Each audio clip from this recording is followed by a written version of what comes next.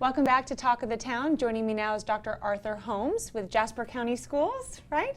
That's correct. So this is a kind of a school theme today a little bit. We're talking about, reading, right, in Jasper County Schools. That and there's is been correct. Major improvements happening, and it's a hot topic of conversation. So, Exactly. So why are we hearing so much about reading in Jasper County Schools right now?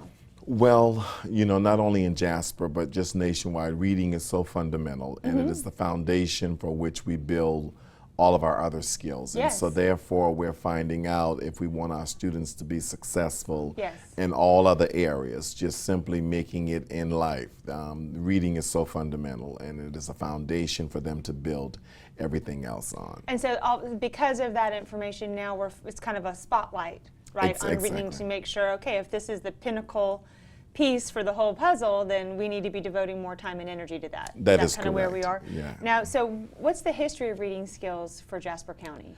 Jasper County has not had a very rich history in reading because of our poverty index and Sure. sometimes students not coming to school Sure. with the necessary skills, and therefore our elementary schools, it's been pretty low, and then because it's been low in elementary, it has become progressively harder as they go up to middle and high.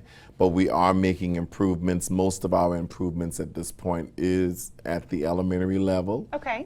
because we are building from that point. So Well, and give me been- some examples of what you've been doing differently to change that. Okay, one of the things that we've done, we've hired reading coaches. Oh, great. And in hiring the reading coaches, their primary responsibility is to teach teachers the strategies Oh, for nice. reading, Okay. because a lot of times we get our degrees, but to actually teach the strategies of how to teach. Right.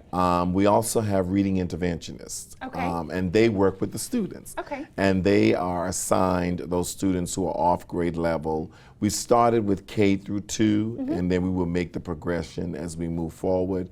But we have seen improvements. Well, that's what I was just going to ask you. So what are some of the results that you're seeing from these new techniques?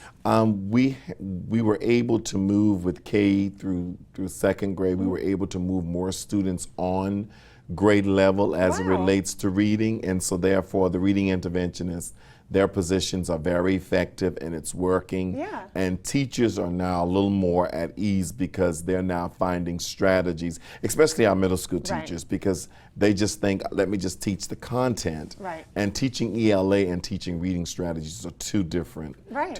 ball games. Well, so now that was for last year, right? That Right. you did K through 2. So what are the plans for this year? We've extended it. Okay. We're moving up to third, and then getting some more fourth grade students. Yeah. At one of our elementary schools, we went from a part-time to full-time Great. position, so we're adding persons on.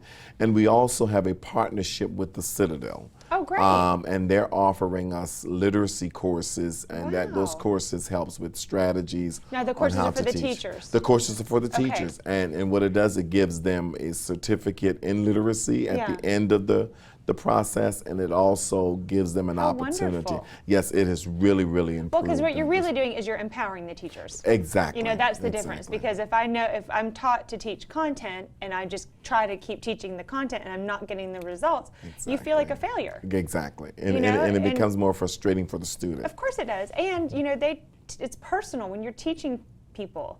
That's a personal investment of your time and energy, and they care about these kids. So you're really empowering them to be able to help be successful themselves, and therefore help the children be successful That as is well. correct. Now, That is so how correct. can the community help? Because I know it takes a village, right? It takes more than one person. Exactly. So. What we're asking, of course, donations are Right, always yeah. acceptable, but we're also asking for volunteers. Okay. Volunteers, because what happens, our volunteers are trained on how to work Okay. with the students. So you don't have to have a background in education. You don't have to have a Okay. background.